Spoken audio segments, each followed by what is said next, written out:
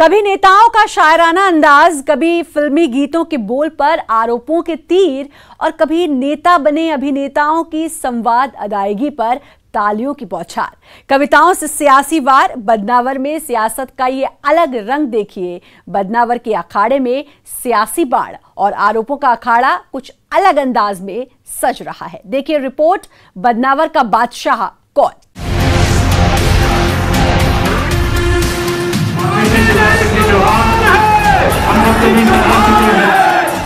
बदनावर में बदले बदले से नेताजी नजर आ रहे हैं।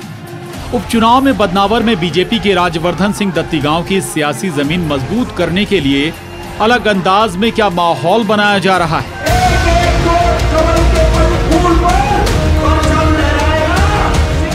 बदनावर सीट पर भी किसान कर्ज माफी का मुद्दा गरमाया। यहां भी फोकस में किसान ही हैं। जहां सीएम शिवराज के निशाने पर थे पूर्व सीएम कमलनाथ, लेकिन यहां सीएम का अंदाज़े बयां जरा जुदा था। कहा 2 लाख तक का सबका कर्जा माफ, आदेश निकला केवल अल्पकालीन ऋण माफ, बाकी लाखों साफ। दूसरा आदेश निकला केवल 31 मार्च तक को वालों का माफ, 31 मार्च 2018 तक और दिसंबर तक वालों का साफ। फिर आदेश निकला चालू वालों का माफ नहीं होगा, लाखों फिर साफ। और फिर का एक ही बैंक का करेंगे, बाकी सब साफ। यहां तक कि कमलनाथ पर किसानों के दर्द पर बेरुखी का भी आरोप लगाया गया। फिल्मी गाने के बोल से बयानों के बाढ़ चले। किसान मुसीबत में हो, कष्ट में हो, बताओ कभी आते थे कमलनाथ देखने? अरे आते थे क्या? हमने पर किसान कहा एक बार तो चले जाओ, जरा किसानों के खेत में देखे आओ। पर हम नहीं जाते, हम तो यहीं से बैठ के देख लेते हैं।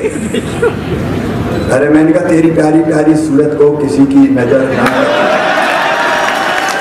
भैया, एक बार तो चले जाओ, ऐसे कहीं पता चलता है। बोलते हैं हमें तो पर्दे में ही रहने दो। कहां से इनके पास पैसे आएंगे, पर्दे ही नहीं था दिल में। सिर्फ पीसीसी चीफ कमलनाथ ही सीएम के निशाने पर नहीं थे, बल्कि दिग्विजय सिंह को भी कटघरे में ला खड़ा किया। यहां भी आरोपों की झड़ी लगी। अरे लड़का कोई दूसरा दिखाया, शादी और कोई के संग तय की, घोड़ी पे कोई और बिठाया, शहनाई कोई और के नाम पे बजी, और जब बारात पहुंची दरवाजे पे तो फेरे कोई और के साथ पाड़ दिए।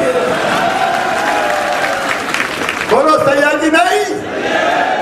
अब ये कलाकारी दिग्गी राजा ही कर सकते हैं। जिस गद्दार शब्द को कांग्रेस इस उपचुनाव में अपना हथियार बना रही है, उस मुद्दे पर सिंधिया जोशीले अंदाज में पलटवार करते नजर आए। यहां तक कि पूर्व विधायक राजवर्धन सिंह दत्तीगांव के मंत्री बनने पर किसने अड़चन लगाई, वो राज भी सिंधिया इस मंच से खोल गए। आरोपों के घेरे में कौन है, सुनिए जरा। इनको मंत्री बनना था 2018 में, बनना था कि नहीं? बनना था कि नहीं?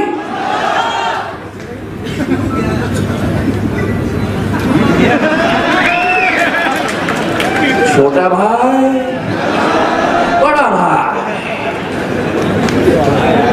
इनका नाम उन्होंने लिस्ट में से काटा। ये अपमान दत्तीगांव राजवर्धन सिंह जी का नहीं हुआ है, ये अपमान बदनावर की एक जनता जनार्दन का किया है इन्होंने। बदनावर के कोटेश्वर महादेव धाम में इस चुनाव सभा में बीजेपी के दिग्गज नेता अलग ही रंग में रंगे नजर आ रहे थे। उपचुनाव में ये सियासी सीन वाकई बेहद जुदा है। वहीं पूर्व विधायक राजवर्धन सिंह दत्तीगांव ने कभी कविता से सियासी वार किया तो कभी कहा अपना टाइम आ गया। रुके हुए राही के लिए कोई रुका नहीं है, ये वक्त हम सबको बुला के चला जाएगा। अभी मैं गांव में संपर्क कर रहा था, एक कन्या मुझे मिली बालिका, उसकी घड़ी पे कुछ लिखा था। मैंने कहा क्या लिखा बेटा? बोलती है इस पे लिखा है अपना टाइम आएगा। मैंने कहा अपना टाइम आ गया है, ये बदनावर का समय है। अब आपको तय करना है कि ईश्वर ने जो समय प्रदान हमें किया है उसको कैसे हम सदुपयोग करें और बदनावर के स्वर्णिम भविष्य की अवधारणा को पूरी तरीके से चरितार्थ करें। हमसे क्या भूल हुई जो ये सजा हमको मिली। कभी नेताओं का चुटीला अंदाज तो कभी शायराना तंज, तो कभी गानों के बोल पर बयानों के तीर। इसी बीच बदनावर में सौगातों की बारिश भी की गई। नर्मदा सिंचाई परियोजना समेत 2200 करोड़ के विकास कार्यों की जनता को सौगात भी दी गई। मैं इसी कोटेश्वर की पवित्र धरती पर आया था, तब आपने नर्मदा मैया की मांग की थी। मैंने अफसरों को बुलाया था, अफसरों ने कहा था इम्पॉसिबल सर, हो ही नहीं सकता। 600 मीटर 650 मीटर 5 फीट पानी लिफ्ट करके लाना पड़ेगा, ये हो ही नहीं सकता। मैं क्या असंभव शब्द शिवराज के शब्दकोश में नहीं है, बदनावर में तो नर्मदा मैया का पानी जाएगा जाएगा और जाएगा। बदनावर का सियासी संग्राम तेज हो गया है। यहां बीजेपी अपने संभावित कैंडिडेट की सियासी जमीन मजबूत कर रही है, तो वहीं कांग्रेस ने भी बदनावर के रण में अपना उम्मीदवार उतार दिया है। अभिषेक सिंह टिंकू को, जो 2018 से सीट से टिकट चाह रहे थे, लेकिन फिर अपना नाम वापस ले लिया। कांग्रेस कैंडिडेट अभिषेक सिंह टिंकू राजवर्धन सिंह दत्तीगांव के घोर विरोधी बताए जाते हैं। 5 साल से सीट पर एक्टिव हैं। बदनावर की सियासी तस्वीर साफ हो गई है।